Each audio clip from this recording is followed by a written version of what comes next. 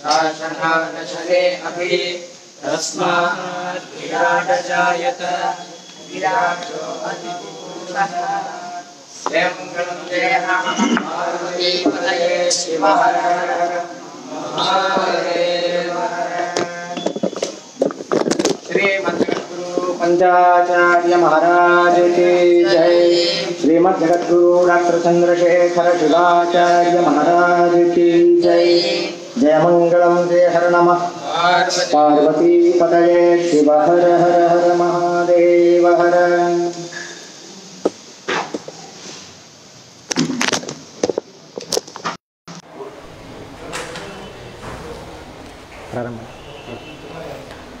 श्री गणेश शारदा गुरुभ्यो नमः। हरः ओम। पंचाननमुखोद्भूतान् पंचाक्षरमनोपमान् पंचसूत्रकृतो वन्दे पंचाचार्यान् जगद्गुरून्।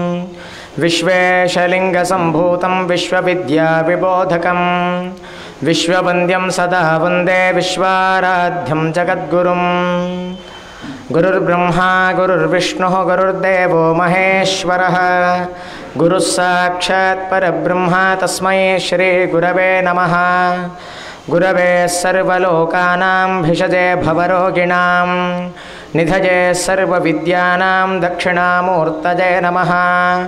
वागर्थाविव सम्पृक्तो वागर्थप्रतिपत्तये जगतः पितरौ वन्दे पार्वती परमेश्वरौ। श्री गुरुभ्यो नमः। हरः ओम।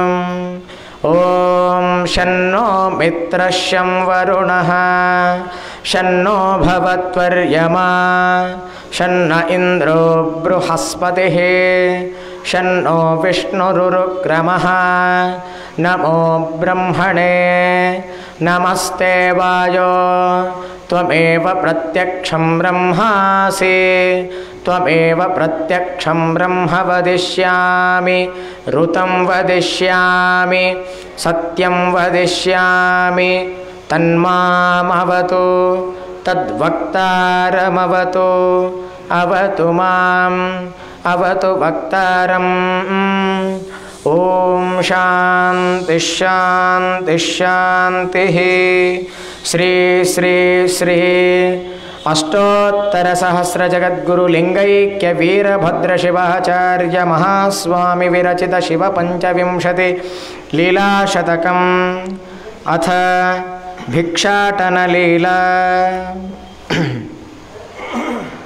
भक्तेरात्मनि विष्णुमुख्य विबुध व्रातस्य जिज्ञासया भोगेन्द्राभरणसुधांशु विलसन्मौलिर्जटामञ्जुलः धृत्वा ब्रह्मकपालकं निजकरे भिक्षाटनौ याजकः।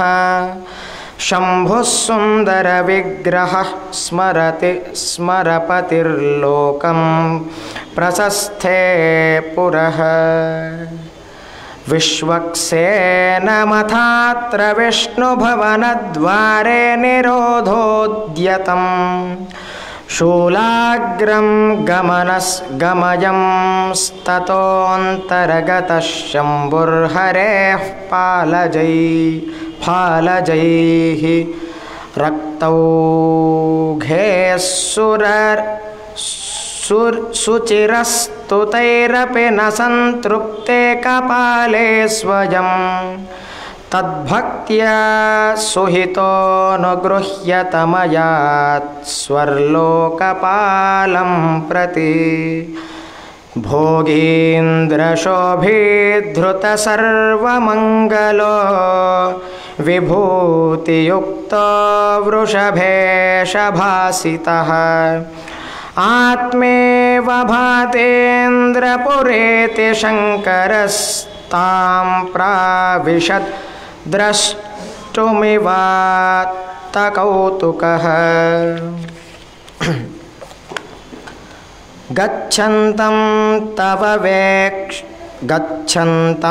तमवेक्ष सुन्दरतनुं तत्र स्त्रियो मोहिताः कांश्चित्यक्तनिजक्रिया अनुययस्सोच्छ्वासमुत्कम्पनम् कांश्चित्तं परिवव्रुरात्तपुलकं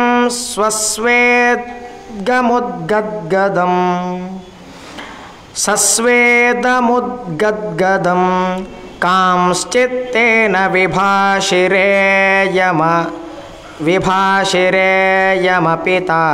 प्रीता कटाक्षैर्व्रधात्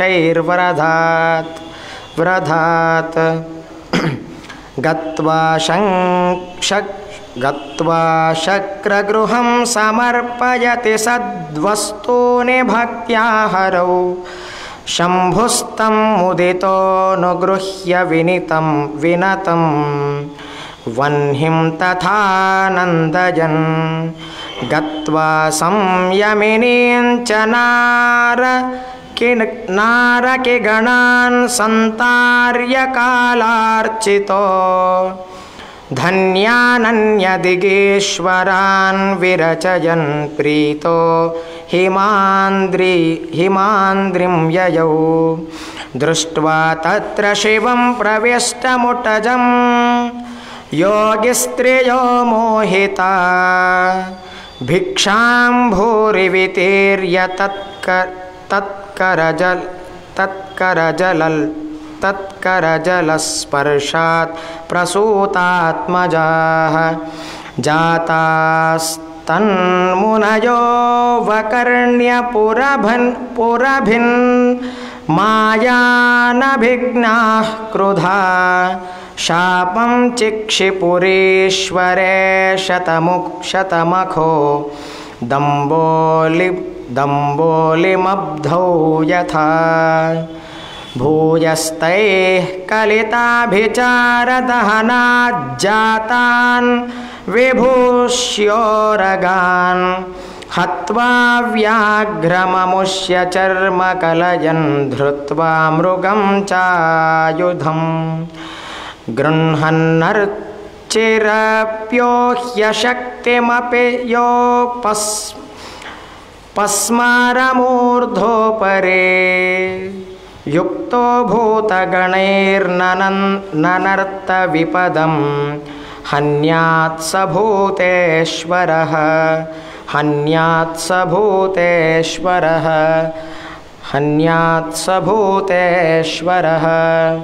ओम शांति शांति शांतिः। श्रीमद्जगद्गुरु लिंगैक्य वीरभद्र शिवाचार्य महाराज की जय।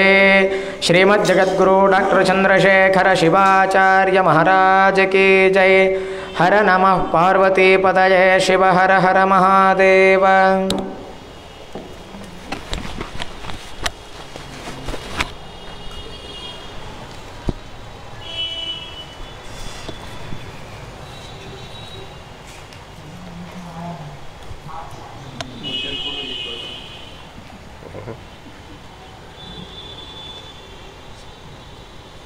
ఇక్కడ బస్స ఎలా అనుకుంటా ముందుకు అలా ముందుకుండా కుర్చీ అనుకుంటా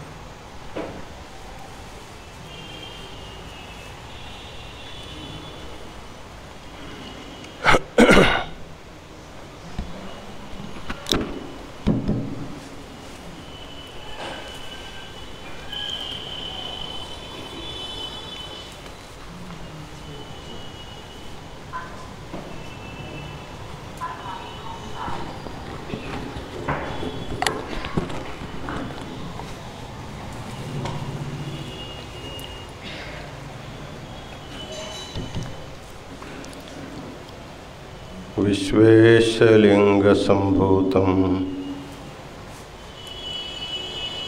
विश्वविद्याविबोधकं विश्ववन्द्यं सदा वन्दे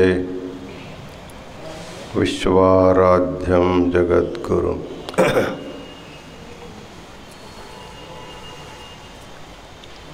काशी ज्ञान सिंहासन के अनादि सनातन गुरु परंपरा को अनंत प्रणिपात समर्पित करते हुए इस पवित्र चातुर्मास में लोक कल्याण के लिए काशी महापीठ में आयोजित ज्ञान कुंभ महाकुंभ में आज के व्यासपीठ पर विराजमान और आज के धर्म संदेश दिए हुए तपोमूर्ति षटस्थल ब्रह्म शंभुलिंग शिवाचार्य बारसी दहीवड़कर मठ के षटस्थल ब्रह्म गुरुसिद्ध मणिकंठ शिवाचार्य महाराज,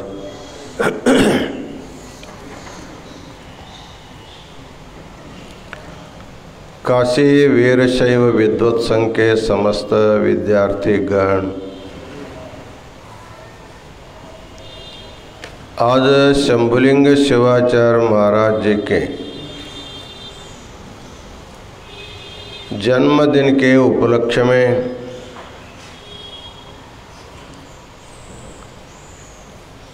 लातूर, पुणे आदि विविध शहरों से आए हुए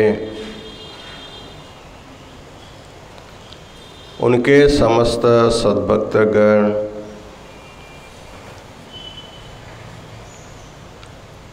इसके अलावा तीर्थ यात्रा के निमित्त आए हुए समस्त सद्भक्तगण और माताओं,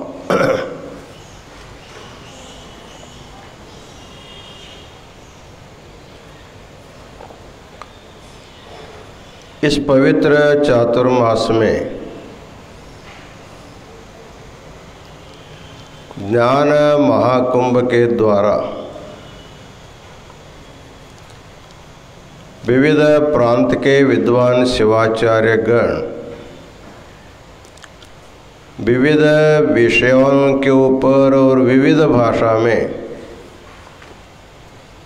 अपने अमूल्य धर्म संदेश देते आए हैं।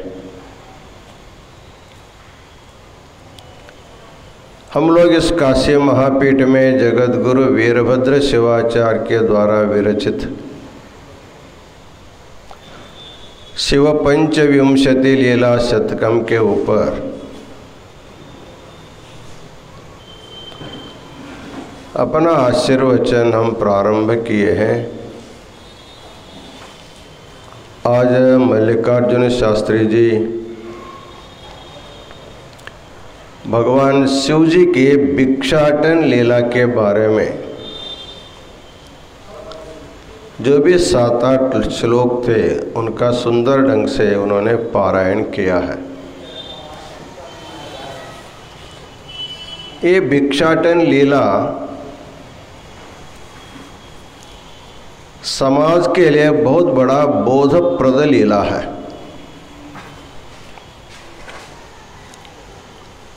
इसमें पहले श्लोक में बताते हैं ये क्यों लीला करने जाते हैं। भक्तेरात्मनि विष्णु मुख्य विभुद व्रातस्य जिज्ञासया भोगेन्द्राभरणः सुधांशु विलसन् मौलिर्जटा मंजुलः धृत्वा ब्रह्म कपालकं निजकरे भिक्षाटन व्याजकः शंभुः सुंदर विग्रह स्मरपितुर्लोकं प्रतस्थे पुरः। विष्णु मुख्य विविध व्रातस्य आत्मनि भक्तेः जिज्ञासया। भगवान शिव तो सर्वाराध्य है। सभी देवी देवता भगवान के भक्त है, अर्थात उनको अत्यंत प्रेम से आदर से आराधना करने वाले हैं। भगवान शिव आशुतोष होने के कारण जो मांगा सब उनको दे दिया। इसलिए शिव को अवगणदानी कहा जाता है। क्या देना क्या नहीं देना इसके बारे में कुछ भी नहीं विचार करते हुए जो मांगा उनको सब कुछ दे दिया। यहाँ तक दिया भगवान शिव ने अपने को पहनने के लिए कपड़ा तक नहीं बचाया, दिगंबर हो गया। इतना ही नहीं, रहने के लिए उनको कोई स्थान भी नहीं बचा। बाद में स्मशान में उनको रहना पड़ा और उनके साथ बाकी कोई लोग नहीं, इसलिए भूत प्रेतों के साथ उनको रहना पड़ा।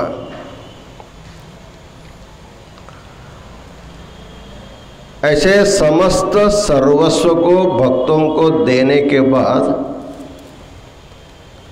भगवान शिव के मन में एक जिज्ञासा हुई, हमसे जब लेना था बहुत आदर से प्रेम से सब कुछ मुझसे ले लिए हैं, तो लेने वालों को देना भी पड़ता है। मराठी में एक प्रसिद्ध उक्ति है, देण्याराने देत जावे, घेण्याराने घेत जावे, घेता घेता एक दिवस देणाऱ्यांचे हात घ्यावे। इसका अर्थ होता है देने वाले देते जाओ और लेने वाले लेते जाओ। बताते हैं लेते लेते एक दिन देने वालों का हाथ भी ले लेना, अर्थात देने वाले के हाथ में जो दातृत्व गुण है उसको भी तुमको स्वीकार करना पड़ेगा, सर तुमको भी कुछ देना पड़ेगा, इसका उसका अर्थ होता है। तो भगवान ने सोचा मुझसे सभी देवी देवता सब कुछ ले लिए हैं, अब इनको मेरे ऊपर प्रेम कितना है। प्रेम तभी मालूम होता जब उनसे कुछ आप मांगेंगे। आपके ऊपर प्रेम करने वाले बहुत लोग होते हैं, उनकी नितांत प्रेम की परीक्षा करनी होगी तो उनसे कुछ मांग लेते हैं, मांगते ही तुरंत देता है कि नहीं देता, इससे ऊपर उनके आप प्रेम का पता लगता है। तो भगवान ने सोचा विष्णु मुख्य विभुद व्रातस्य आत्मनि भक्ते है जिज्ञासया।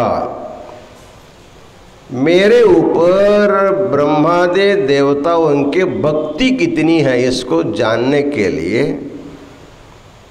उन्होंने ब्रह्म कपाल अपने हाथ में लिया और भिक्षा मांगने के लिए, वैसे तो सभी देवी देवताओं के पास जाते हैं,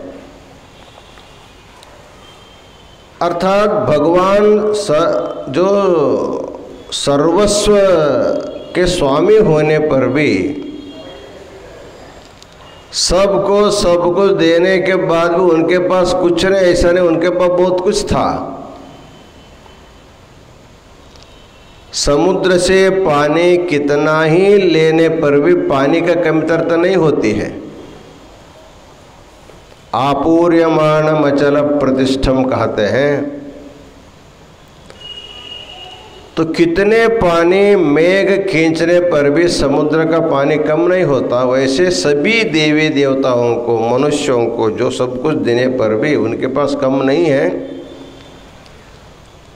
फिर भी मुझसे लेने वाले मुझे क्या दे सकते उसको देखने के लिए उन्होंने भिक्षाटन की लीला बनाया। और दूसरी बात यह भी है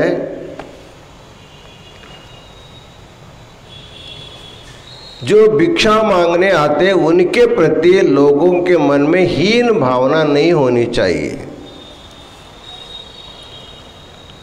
भिक्षुक भी भगवान का एक रूप होता है, एक देने वाला रूप है, एक लेने वाला रूप है।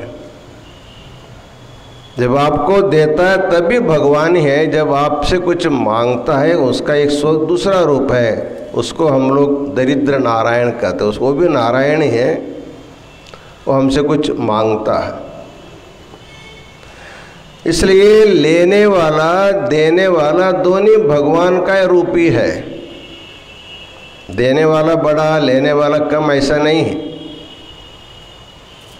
एक सुभाषितकार ने लिखा है, स्वयं महेशः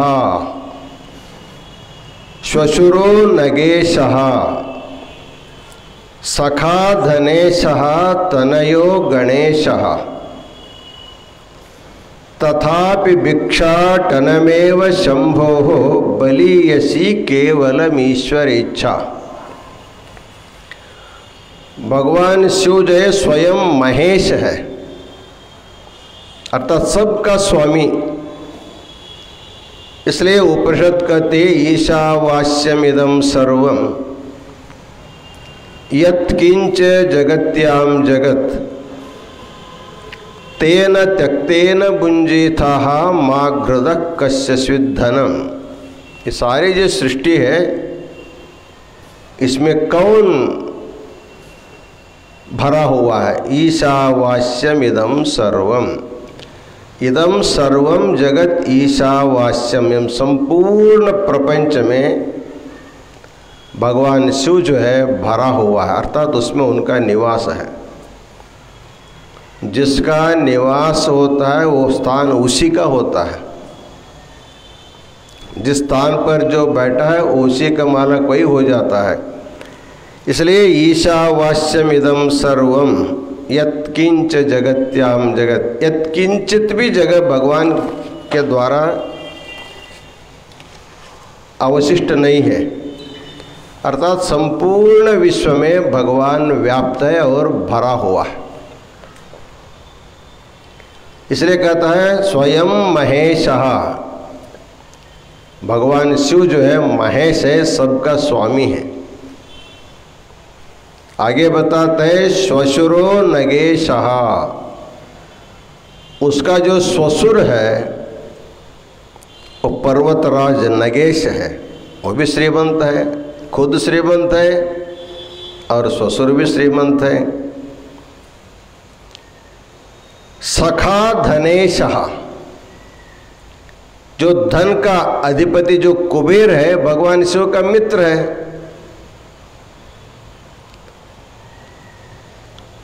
और सुतो तनयो गणेशः, उसका पुत्र जो है गणेश अनेक गणों का अधिपति है। इतना स्वयं महेश है, ससुर नगेश है, मित्र धनेश है, तनय गणेश है। इतने परिवार उनके पास रहने के बाद उसको कुछ कमी नहीं है। तथापि भिक्षाटनमेव शंभोः, फिर भी भगवान भिक्षाटन करता है, भिक्षा मांगने जाता है कपाल लेकर के। केवलम ईश्वर इच्छा, उनकी इच्छा है, उनकी लीला वो करता है।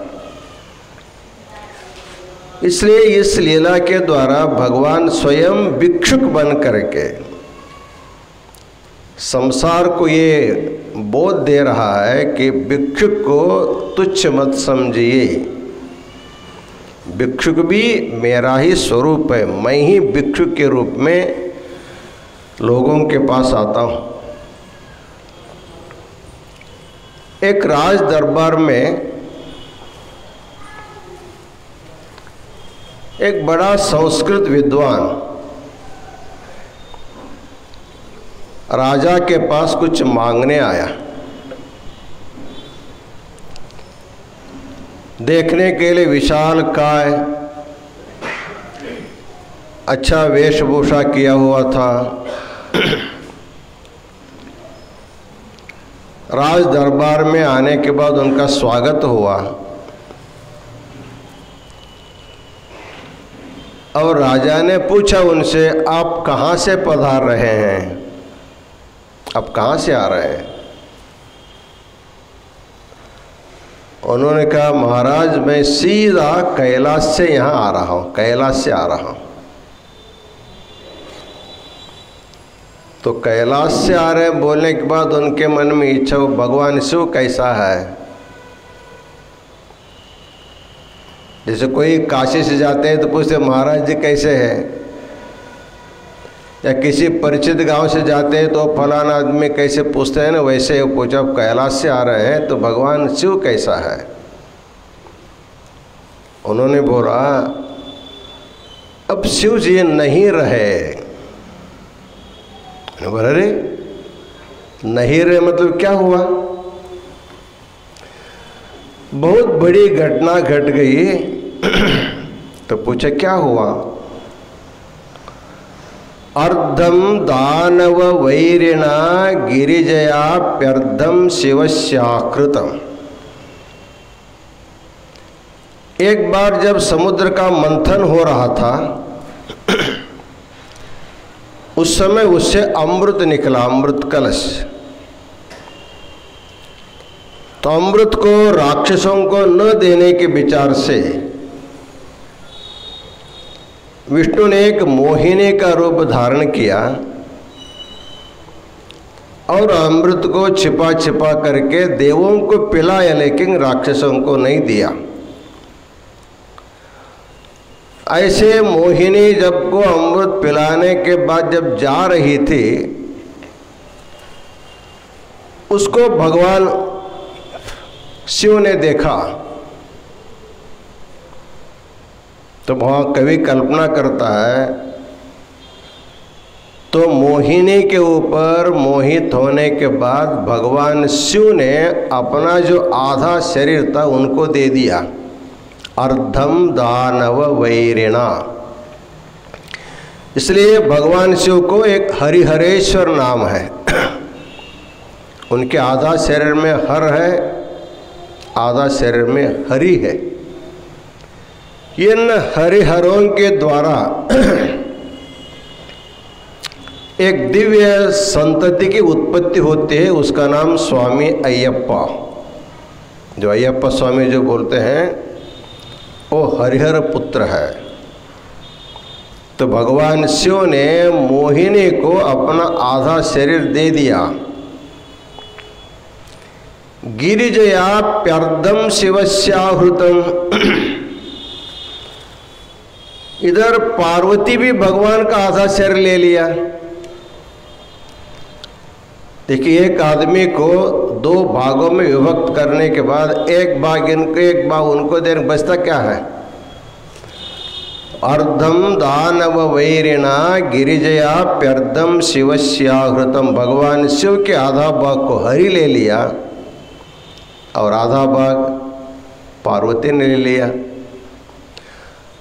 हरि को आधा भाग दे करके भगवान ने संसार को ये समझाया, हरि हर में भेद मत करो। जो हरि है वही हर है, जो हर है वही हरि है। इसलिए ह्रू हर एक ही धातु से दोनों शब्द बनने के कारण वो भी पाप हरण करता है, ये भी पाप हरण करता है। इसलिए हरिहर में भेद न करने का एक संदेश देने के लिए भगवान ने हरि को आधा अंग दे करके हरिहर रूप बन गया और पार्वती को आधा शरीर दे करके अर्धनारीश्वर बन करके संसार के गृहस्थों को समझाया। सभी पुरुष पूर्ण रूपेण पुरुष नहीं होते हैं। उनका आधा शरीर जो स्त्री का होता है, उनके पत्नी का होता है। इसलिए भगवान शिव ने अर्धनारीश्वर रूप धारण करके संसार के सभी गृहस्थों को समझाया, पति पत्नी में किसी प्रकार का विषमता नहीं होनी चाहिए, दोनों सम रूप से रहना चाहिए। कवि ने कहा, इस प्रकार देवेत्थम जगती तले स्मरहरा भाव समुन्मीलिते। जब दोनों को आधा आधा बट गया तो भगवान कहाँ बचता है? भगवान से वो नहीं रहे। उस समय क्या हुआ? उनके मस्तक पर जो गंगा थी, गंगा सागरम, गंगा जी सागर को चली गई। उसके बाद उनके मस्तक में जो चंद्रकला था वो अंबरम, आकाश में चला गया। गंगा सागरम अंबरम शशिकला। जो नाग था, जो सर्पों के जो श्रेष्ठ जो नाग था, शेष नाग था, वो क्षमातलम, वो पातालोक में चला गया। भगवान शिव नहीं रहने के कारण उनके मस्तक में गंगा सागर में चली गई, चंद्रमा आकाश में उड़ गया और भगवान शेष जो है पाताल में चला गया। उसमें का बचा क्या है? सर्वज्ञत्वम अधीश्वरत्वम अगमत्वाम माम च भिक्षाटन। भगवान के पास और वैभव था, सर्वज्ञत्वम अधीश्वरत्वम जो था वो आपके पास आ गया। महाराज जी आप सर्वज्ञ सर्वधीश्वर आप बन गए। उनके हाथ में जो भिक्षा पात्र था वो मेरे पास आ गया, इसलिए मैं आपसे भिक्षा मांगने आया हूँ। ऐसे उन्होंने बहुत सुंदर रूपक करके बताया। इससे ये सिद्ध होता है जो अधीश्वर जो है वही भिक्षापति भी है, भिक्षा मांगने वाला भिक्षुक भी है। भिक्षुक का रूप ही भगवान का ही है और सर्वाधीश्वर रूप ही भगवान का ही है। इसलिए आपके पास सर्वाधिष्ठित्व आ गया, मेरे पास भिक्षुकत्व आ गया, इसलिए मेरे पात्र में कुछ दे दीजिए। तो उसका कहने का तात्पर्य है कि भिक्षुक भी भगवान का ही एक अंश होता है। इसलिए जब कोई पंक्ति में भोजन के लिए बैठते हैं तो उस समय एक संकल्प करके बाद में बोला जाता है, दाता भोक्ता स्वयं शिवः। जो दाता है, जो अन्नदान करता है वो भी शिव है, जो भोक्ता है वह भी शिव ही है। वैसे देखा जाए हमने अनेक बार बताया है, भगवान की मूर्ति की पूजा की जा सकती है, अलंकार किया जा सकता है, विविध द्रव्यों से उनका अभिषेक भी किया जा सकता है, लेकिन उसी भगवान को जब भोजन कराना होगा, खिलाना होगा, तो भगवान को आप लोग भोजन खिला नहीं सकते क्योंकि खा नहीं सकता। इसलिए भगवान को कहा जाता है लिंग मुखम वै जंगमः। भगवान को यदि खिलाना होगा तो किसी सजीव प्राणी को ही खिलाना पड़ता है। जंगम शब्द का सामान्य अर्थ भी व्यापक अर्थ भी है। जो भी संचलनशील प्राणी उसे भी जंगम है, अर्थात जिस प्राणी में प्राण है, जिस प्राणी को भूख प्यास लगते हैं, ऐसे किसी भी प्राणी को खिलाने से वो भगवान को ही तृप्ति किए जैसे होता है। जब सामान्य प्राणी को खिलाने से जब भगवान तृप्त होते तो बड़े ज्ञानी को शिव को खिलाने से कितना ज़्यादा फल हो सकता है। इसलिए कहते हैं क्षीर कुंभ सहस्रैश्च घृतकुंभ शतैरपि योगिनो भैक्षमात्रेण कोटि यज्ञ फलम लभेत।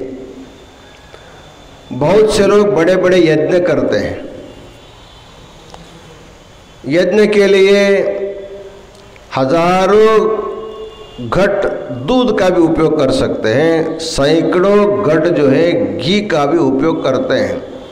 इस प्रकार हजारों घट दूध उपयोग करके, सैकड़ों घट घी का उपयोग करके जो बड़े बड़े यज्ञ करते हैं, ऐसे करोड़ों यज्ञ करने से जो फल मिलता है वो फल एक योगी, एक शिवयोगी को तृप्त करने से मिलता है।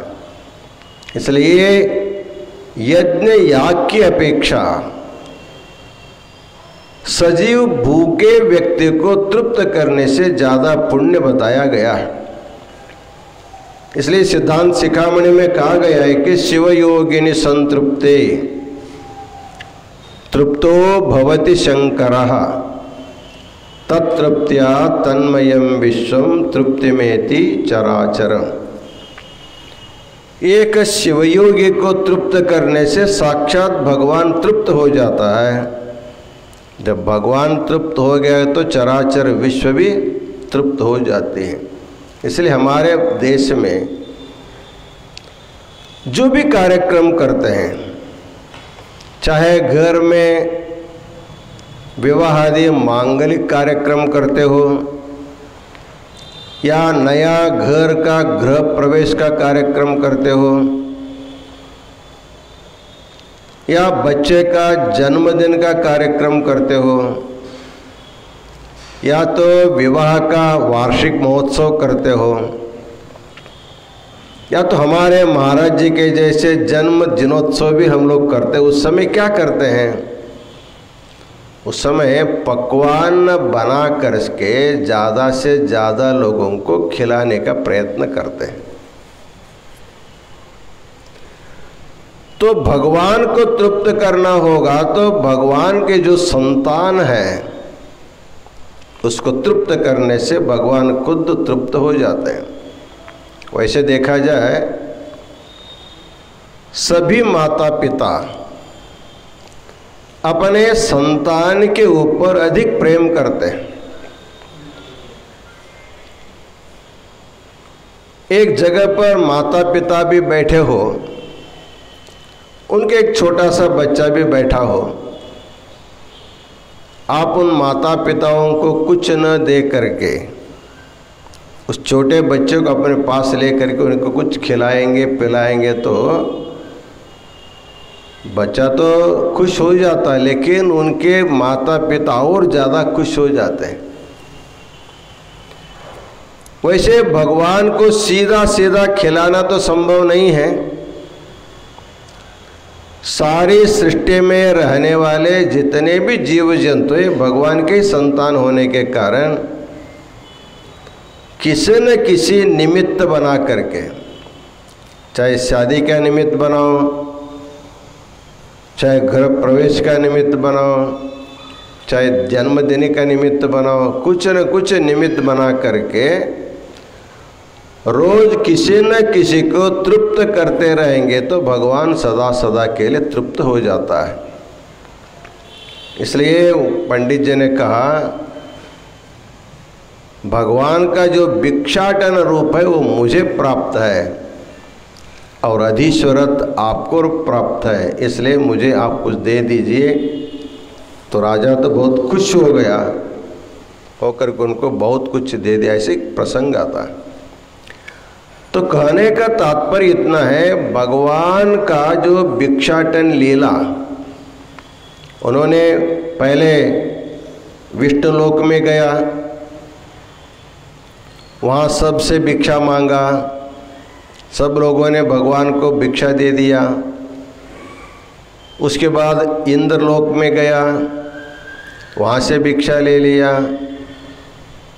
हिमालय पर्वत में गया, अनेक ऋषि मुनि उनके सारी ऋषि पत्नियाँ खुश हो करके उनके सुंदर रूप देख करके बहुत खुश होकर बहुत सारे दान दे दिया। ये सब करते करते करते भगवान जो है अंत में पार्वती के पास जा करके भी भिक्षा मांगते हैं। शंकराचार्य उसकी स्तुति करते हैं कि ज्ञान वैराग्य सिद्ध्यर्थम भिक्षाम में देहि पार्वती। भगवान ने अपने धर्म पत्नी से अपने घर में भिक्षा मांग रहा है।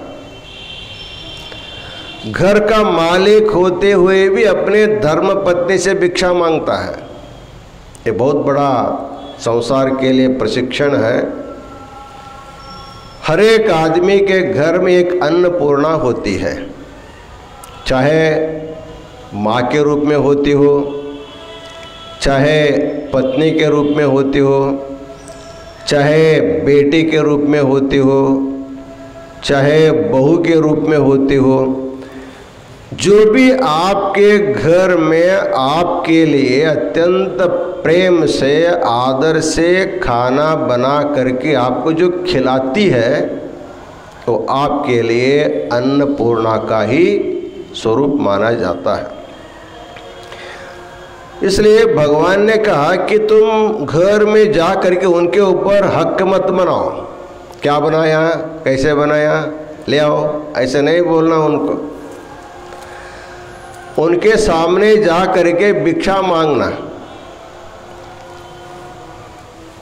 देखिए, भूख एक ऐसी चीज है, बड़े बड़े चक्रवर्ती को भी भीख मांगने लगाती है। भूख लगने पर आदमी जा करके मुझे बहुत भूख लगी, कुछ चाहिए तो दे दीजिए, ऐसे बोलेगा ना। सब कुछ देता वही है, लेकिन जब खाना तैयार होने के बाद जा करके रसोई घर में, चाहे पत्नी हो, बेटे हो, किसी से बहू, उनसे पूछता है मुझे बहुत ज़ोर से भूख लगी है, कुछ खाना हो तो दे देना। तो यहाँ पर भगवान ने खुद अपने पत्नी के सामने भिक्षा मांग करके उन्होंने कहा कि घर में अहंकार से जा करके भोजन नहीं मांगना। और भिक्षा शब्द इसलिए रखा गया है, बनते समय थोड़ा कम ज़्यादा भी हुआ हो तो उसके ऊपर ख्याल नहीं करना चाहिए। जैसे कोई भिखारी आपके घर के सामने आकर के भिक्षा मांगता है, आप जो भी देते हैं उसको आदर से ले करके बहुत प्यार से खाता, उसमें कोई कमी ज़्यादा तो बोलता नहीं है। बोलेगा तो भिक्षु कैसे मानेंगे उसको।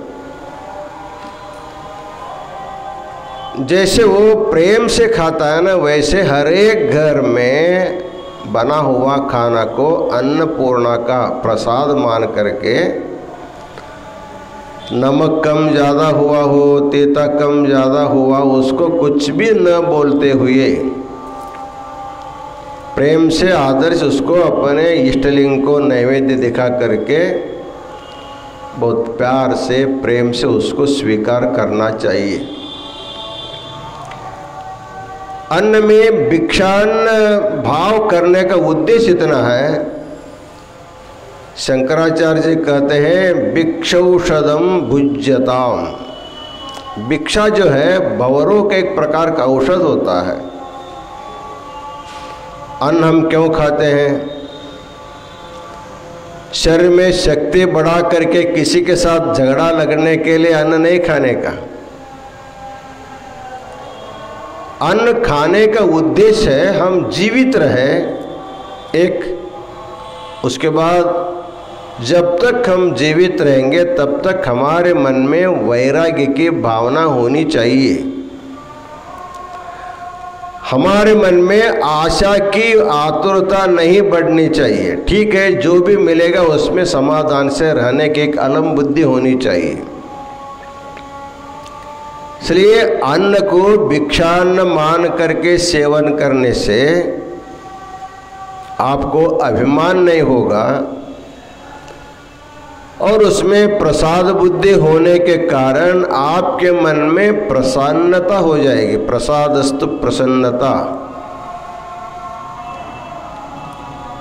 और जिसके मन में प्रसन्नता है उनको मुक्ति मिलने के लिए कोई देर नहीं लगती। प्रसन्नता ही मुक्ति है। इसलिए कहते हैं भिक्षौषधम भुज्यताम। भिक्षारूपी औषध का सेवन करना चाहिए।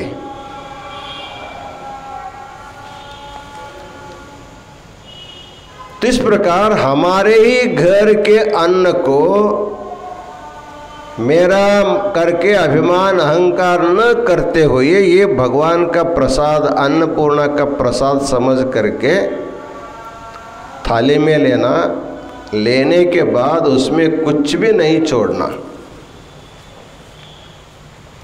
अन्नम ब्रह्मेति व्यजानीयात्, अन्नाद्येव खल्विमानि भूतानि जायन्ते अन्नेन जातानि जीवन्ति अन्नं प्रयन्त्यभिसंविशन्ति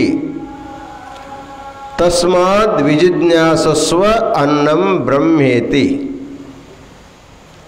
अन्न जो है परब्रह्म है। जो परात्पर परब्रह्म है उसको जानने से पहले हर एक व्यक्ति इसी अन्न ब्रह्म के पास ही आता है। पहला पोटोबा मागुन बेठोबा महाराष्ट्र में बोलते हैं ना। स्वतः मीराबाई कहती है, भूखे भजन नहीं भई गोपाला, ले ले तेरी कंठी माला। भूखे आदमी के हाथ में यदि ताल मृदंग देंगे तो वो बोलता थोड़ा खा के आएंगे, बाद में भजन करेंगे। भोजन पहला, भजन बाद में। इसलिए परब्रह्म के पहले अन्न ब्रह्म के पास सब कुछ आते हैं। छोटे बच्चे से लेकर के बूढ़े तक अन्न के बिना नहीं रह सकते। अन्न परब्रह्म है। इसलिए उतनी ही भावना रख करके जो भी आपको चाहे घर में जो मिला होगा वो अन्नपूर्णा का प्रसाद भिक्षान्न मान करके थाली में जो अन्न है उसके एक एक कण को भी उसको फुजुल न करते उसको पूरा का पूरा सेवन करना चाहिए। सनातन वीरशैव धर्म में एक दीक्षा है, प्रसादी दीक्षा। अभी हमारे शिवाचार्य लोग प्रसाद दीक्षा लिए रहते हैं।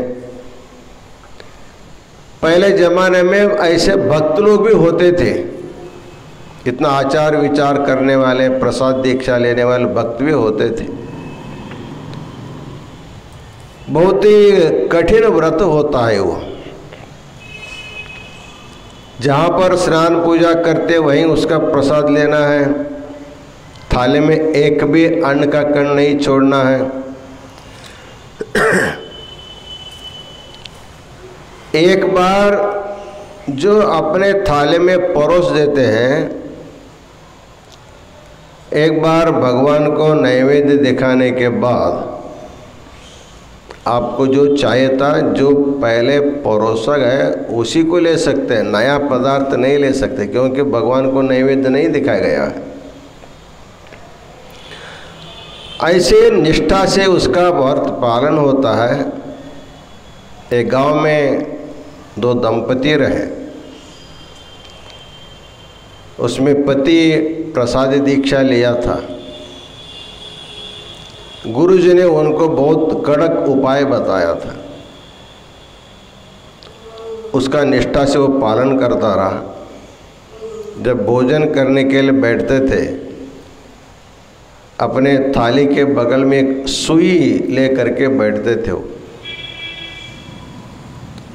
भोजन के बाद वो सुई ले जा करके फिर वो जगह रखना वहाँ रख देता था। ऐसे साल, 2 साल, 10 साल, 20 साल ऐसे उनका रोज़ का व्यवहार चलता रहा। पत्नी के मन में रोज़ प्रश्न आता था, ये सुई लेकर के आते हैं, सुई का कोई उपयोग नहीं करते, जाकर फिर रख देते, क्यों लाते हैं? एक दिन उसको रहा नहीं गया तो उन्होंने पति से पूछा, आप भोजन करने के लिए जब आते हैं तो एक सुई लाते हैं और अपने थाली के बगल में रखते हैं तो वापस ले जाते हैं, इसका उपयोग क्या करते हैं? अब खाने के बाद दांत में भी नहीं डालते हैं, या किसी कारण गुस्सा होकर के मेरे ऊपर उसका प्रयोग भी नहीं करते हैं, तो क्यों लाते हैं? उन्होंने कहा, उसका प्रयोग करने का अवसर ही अभी तक नहीं मिला। पूछे क्या बात है? जब मैंने गुरु जी से दीक्षा लिया, प्रसादी दीक्षा, उस समय गुरु जी ने ये सुई दिया, हमसे कहा था देखो अन्न परब्रह्म है और भिक्षा रूपी अन्न लेने के बाद उसको भगवान को नैवेद्य दिखाना और उसको ग्रहण करते समय एक भी अन्न का कण नीचे नहीं गिराना, परोसने वाले भी नहीं गिराना, खाने वाले भी एक अन्न का कण नहीं गिराना। समझ लीजिए अनवधान के कारण, चाहे आपके अनवधान हो या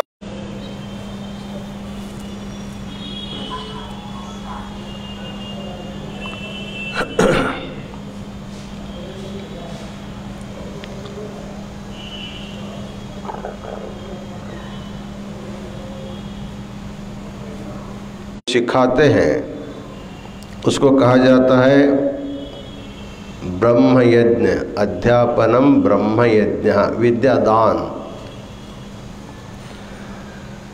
पितृयज्ञस्तु तर्पणम, हमारे पूर्वजों को तृप्त करने के लिए क्षेत्रों में जा करके तर्पण करते, उसको पितृयज्ञ कहा जाता है। प्रायः पितृपक्ष में पितृयज्ञ कहा जाता है। होमो दैवः, कभी कभी हम लोग जप करते हैं, किसी देवी देवता के नाम से जप करते हैं, उस जप की समाप्ति में हवन करते हैं, वो दैव यज्ञ कहा जाता है। बलिर्भूतः, कभी कभी बलि समर्पण किया जाता है, उसको भूत यज्ञ, भूतों के लिए किया हुआ तर्पण माना जाता है। नृयज्ञो अतिथि पूजनम, नृयज्ञ मनुष्य यज्ञ जो होता है, किसी न किसी व्यक्ति को बुला करके आदर से उनको खिलाना चाहिए, ये नृयज्ञ है। तो हम खाने से पहले किसी न किसी को खिला करके या साथ में बैठ करके खिला करना चाहिए। ऐसे हमारे एक पद्धति है, जैसे आप भोजन के लिए बैठ रहे हैं, आपके घर में यदि कोई अपरिचित व्यक्ति आया, उनको बुलाते हैं आइए खाने के लिए, आइए बैठिए। आते हैं तो उनको ले करके खाते हैं, नहीं आते तो उनको सत्कार करते, पद्धति है। अर्थात प्रत्येक व्यक्ति को बिना किसी को अन्न दान किए अन्न ग्रहण करने का अधिकार नहीं है। जिसको भी हम लोग अन्नदान करते हैं उनको परब्रह्म परमात्मा समझ करके अन्नदान करना चाहिए, उसको तुच्छ हीन भाव से भिक्षुक के नाम से भावना से नहीं करना चाहिए। इस प्रकार ये भिक्षाटन जो लीला है, भगवान का जो भिक्षाटन लीला है, और भिक्षा मांग करके खुद की तृप्ति के लिए नहीं करता, केवल सिखाता है। लोगों को देने की बुद्धि सिखाने के लिए भगवान भिक्षाटन का लीला करता है। क्योंकि दान जो है सबसे बड़ा धर्म माना जाता है, तो दान देने के लिए जब मांगने वाला रहेगा तो दान देता है, मांगने वाला कोई नहीं है तो दान किसको दिया जाएगा। इसलिए भगवान ने दान देने की प्रवृत्ति को संसार में प्रचार प्रसार करने के लिए, इसको बढ़ाने के लिए खुद भिक्षु के रूप में ये लीला करते हैं।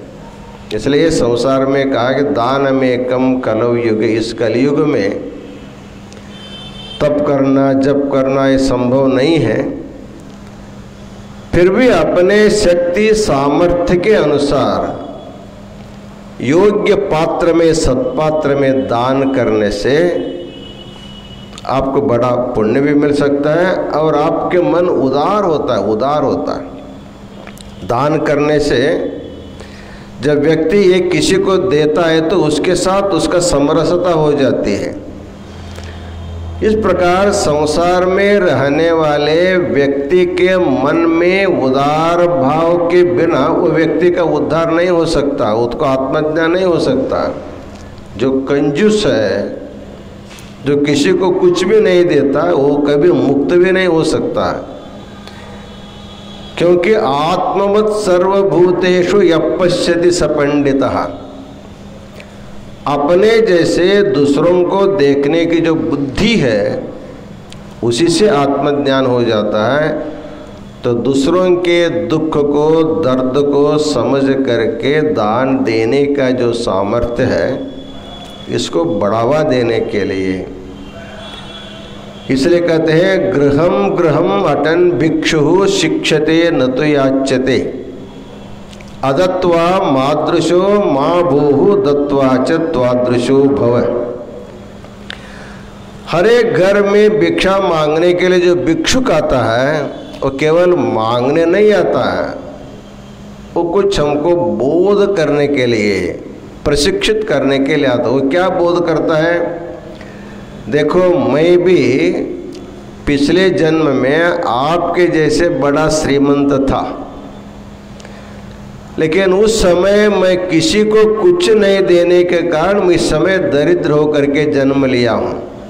इसलिए अदत्वा मादृशो माँ भूः, न दे करके मेरे जैसे तुम दरिद्र मत हो जाओ। दत्वा च त्वादृशो भव, दे करके तुम्हारे जैसे तुम श्रीमंत हो जाओ। अर्थात देने से आदमी श्रीमंत होता है, उदार होता है, आत्मज्ञानी हो सकता है। इसलिए भगवान की इस लीला का उद्देश्य लोगों के दिल को थोड़ा सा उदार बनाना है। सभी व्यक्तियों को जब तक उदार नहीं बनेंगे उनका आत्म कल्याण नहीं होगा। उनको उदार बनाने के लिए भगवान ने ही अनेक रूप भिक्षुकों को धारण करता है। इसलिए संसार में रहने वाले जितने प्रकार के भी भिक्षुक होंगे वो साक्षात भगवान का ही रूप मान करके उनको आदर गौरव कराने की बुद्धि प्रदान करने के लिए भगवान को खुद न चाहिए फिर भी वो भिक्षाटना करके ये प्रबोध संसार को दिया है। इसलिए भगवान ने भिक्षा अपने घर में ही मांग करके अपने घर के चाहे माँ हो, चाहे बेटे हो, चाहे बहू, उनका मान सम्मान बढ़ाने का प्रयत्न किया है और साथ ही साथ सब में उदार भाव को विकसित करने का बहुत बड़ा संदेश भगवान ने दिया है।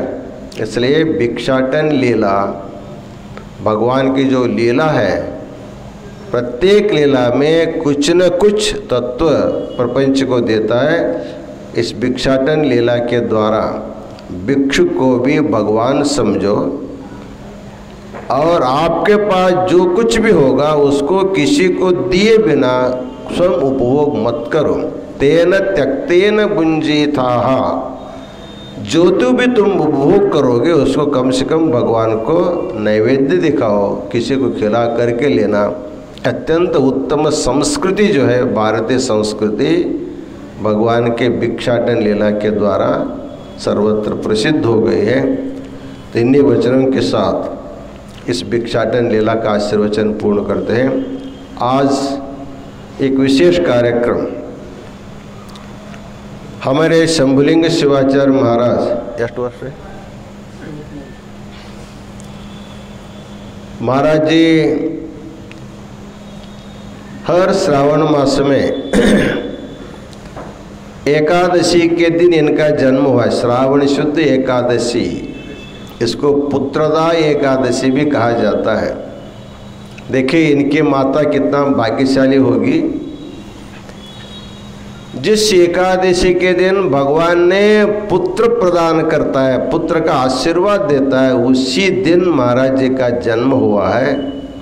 ऐसे पुत्रदा एकादशी के दिन जन्म हो करके महाराज जी 52 वर्ष पूर्ण करके 53वां वर्ष में पदार्पण किए हैं। हर साल ये श्रावण मास में जहाँ अनुष्ठान करते थे वहाँ से आशीर्वाद फोन के द्वारा लेते थे। इस बार खुद काशी में आकर के अनुष्ठान कर रहे हैं। रोज़ महास्वामी की तरह लिंग पूजा करते हैं, पादोदक प्रसाद का सेवन करते हैं और धर्म सत्र में बैठ करके शोभा भी बढ़ाते हैं। आज उन्होंने अपना धर्म संदेश भी दिया है। ऐसे शंभुलिंग शिवाचार्य स्वामी जी को काशी विश्वनाथ का जगत गुरु विश्वाराध्य जी के मंगलाशीर्वाद से उनको उदंड आयुष्य और उत्तम आरोग्य प्राप्त हो और आपके द्वारा सनातन वीर शैव धर्म का केवल महाराष्ट्र में नहीं भारत के सभी प्रांतों में, साथ ही साथ देश विदेशों में भी प्रचार प्रसार होना चाहिए। अभी अभी बांग्लादेश में हमारे पंकज राय नामक एक ब्राह्मण बेटा, उन्होंने 1 मास अनुष्ठान आज पूर्ण कर रहा है, एकादशी से एकादशी तक। उन्होंने बांग्लादेश में वीर शैव मिशन नामक एक संस्था को भी स्थापना किया है, एक अंतर्राष्ट्रीय संस्था स्थापना किया है। निकट भविष्य में शंभुलिंग शिवाचार्य जैसे अनेक शिवाचार्यों को, भक्तों को लेकर हम भी बांग्लादेश जाएंगे। वहाँ के लोगों को दीक्षा दे करके वहाँ के बांग्लादेशी वीर शैवों का संघ प्रचार प्रसार में आएगा। ये बहुत खुशी की बात है। आज पंकज राय का बांग्लादेश में अनुष्ठान की समाप्ति आज है, उनको भी आशीर्वाद देते हैं और हमारे शंभुलिंग शिवाचार्य महाराज को काशी पीठ के द्वारा शुभ आशीर्वाद देंगे। उनके बहुत सारे भक्त देवनी से, लातूर से, पुणे से बहुत से भक्तगण आए हैं, वो भी अपने तरफ से उनका स्वागत सत्कार करेंगे। इनमें सब लोगों को भाग लेना है। इस कार्यक्रम में हमारे राजस्थान से भी जंगम समाज आया हुआ है महाराज जी के जन्मदिन के उपलक्ष्य में। उन सभी लोगों को शुभ आशीर्वाद प्रदान करते हैं। अभी महाराज जी को काशीपीठ के द्वारा शुभ आशीर्वाद दिया जाएगा। सबको अनंत अनंत मंगल आशीर्वाद। ओम शांति शांति शांति।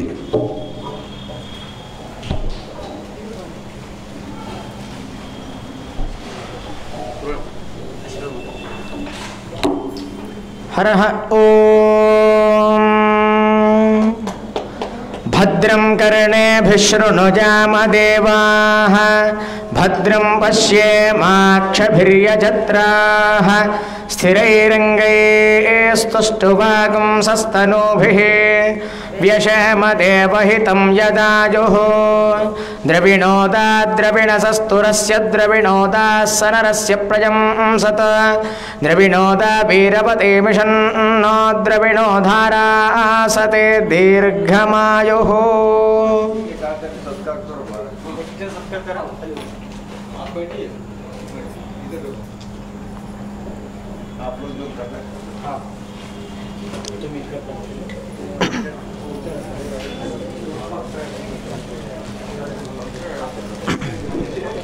हर ओम। ओम इयमददाद्रभसमृणच्युतं दिवो दासं वध्रश्वायदाशुषे, या शश्वन्तमाचखादाभसं फणिन्ता ते दात्राणि तपिषा सरस्वती। इयं शुष्मेभिर्भिसखा इवारुजत्सानुगिरीणां तपिषेभिरोर्मिभिः, पारावतघ्नीमवसे सुभृक्तिभिः सरस्वतीमाविवासे मधीतिभिः।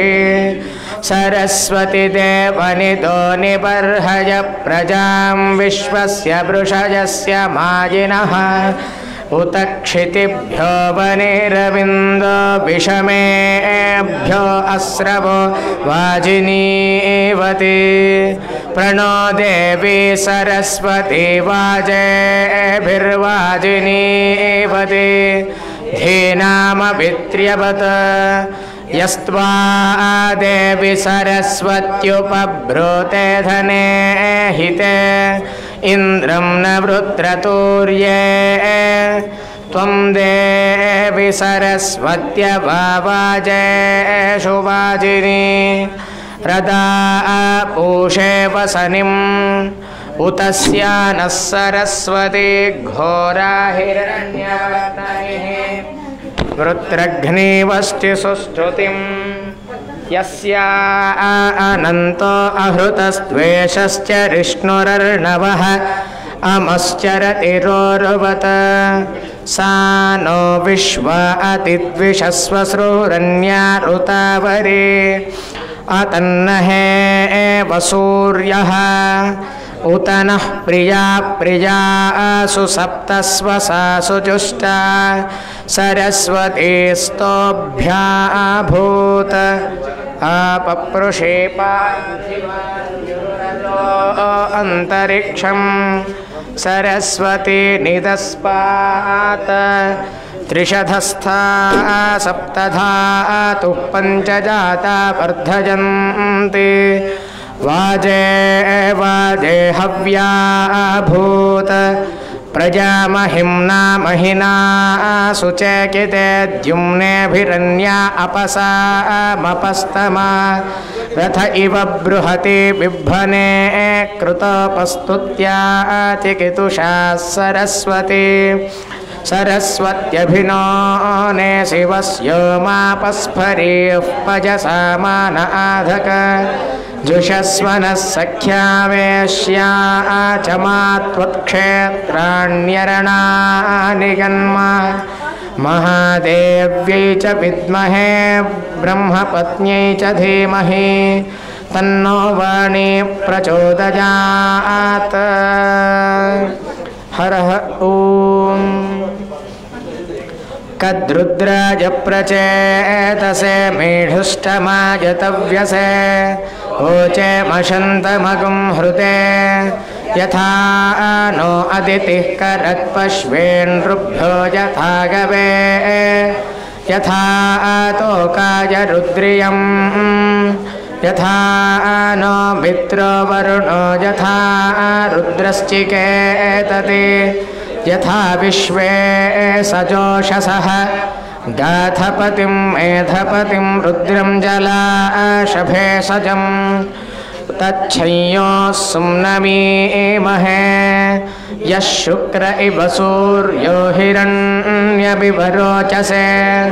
श्रेष्ठो देवानां वसुः शन्नः करत्यर्वते सुगं एषाय मेष्ये नृभ्यो नारिभ्यो गवे अस्मे सोमश्रिजमधिनिधे हि शतस्य नृणां महिश्रवस्तु विनृम्नम् मानः सोमपरिपाधो मारातजो जुहुरन्ताम् आन इन्द्रो वाजे भज अयं मे हस्तो भगवानयं मे भगवत्तरः अयं मे विश्वभे सजोऽयं शिवाभिमर्शनः अयं मातायं पितायं जीवातुरागमत इदं तव प्रसर्पणं शुभं दवेहिनिरेः अर्हन् विवर्षसायकानि धन्वार्हन्